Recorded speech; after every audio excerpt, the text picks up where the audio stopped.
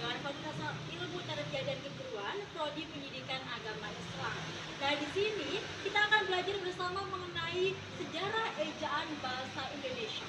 Nah, sahabatku semuanya, mungkin kita sudah tidak asing lagi dengan kata ejaan, di mana ejaan ini telah kita pahami di bangku sekolah dasar, sekolah menengah pertama, dan sekolah menengah atas. Dan tentunya akan kita pelajari lagi di perguruan tinggi ini.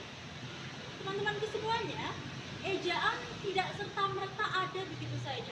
Tentunya ada sejarah yang melatar belakanginya. Maka dari itu, simak terus video ini agar kita dapat lebih paham bagaimana sejarah dari ejaan bahasa Indonesia.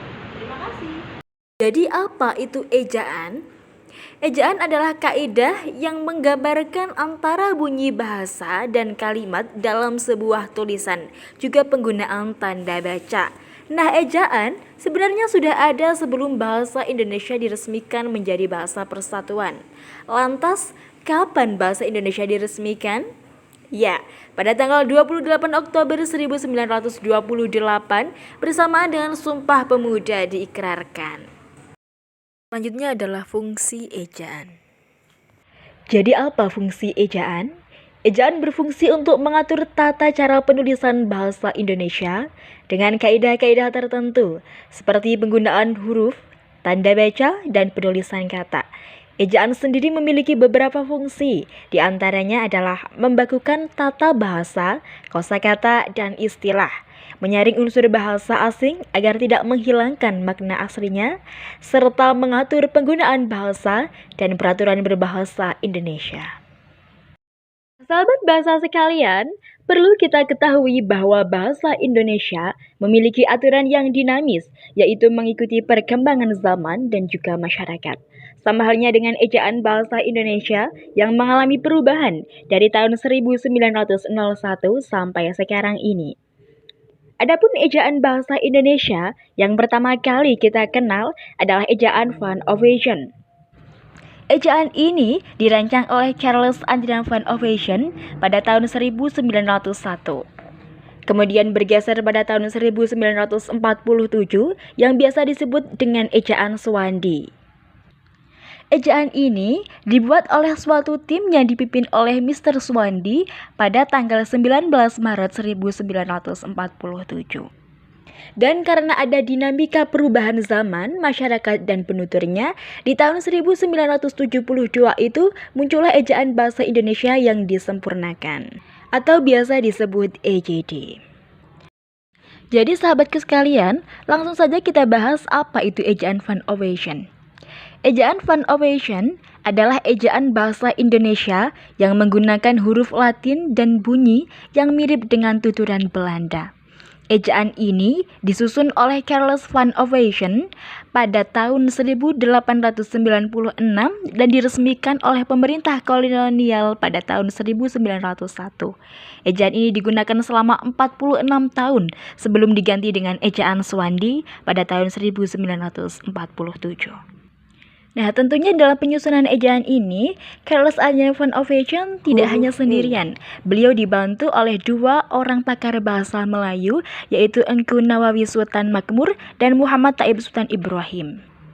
Adapun ciri-ciri dari ejaan Van Ovation adalah huruf Y ditulis dengan huruf J, huruf U ditulis dengan huruf OE, huruf K di akhir kata atau suku kata ditulis dengan tanda petik atas, huruf J ditulis dengan huruf DJ, huruf C ditulis dengan huruf TJ, dan gabungan konsonan KH ditulis dengan CH.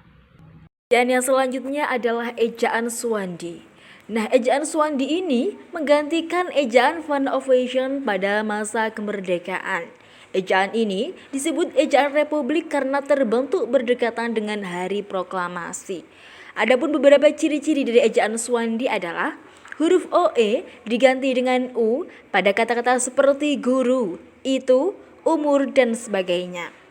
Kata ulang boleh ditulis dengan angka 2 seperti pada kanak-kanak, berjalan-jalan, ke barat-baratan, dan lain-lain.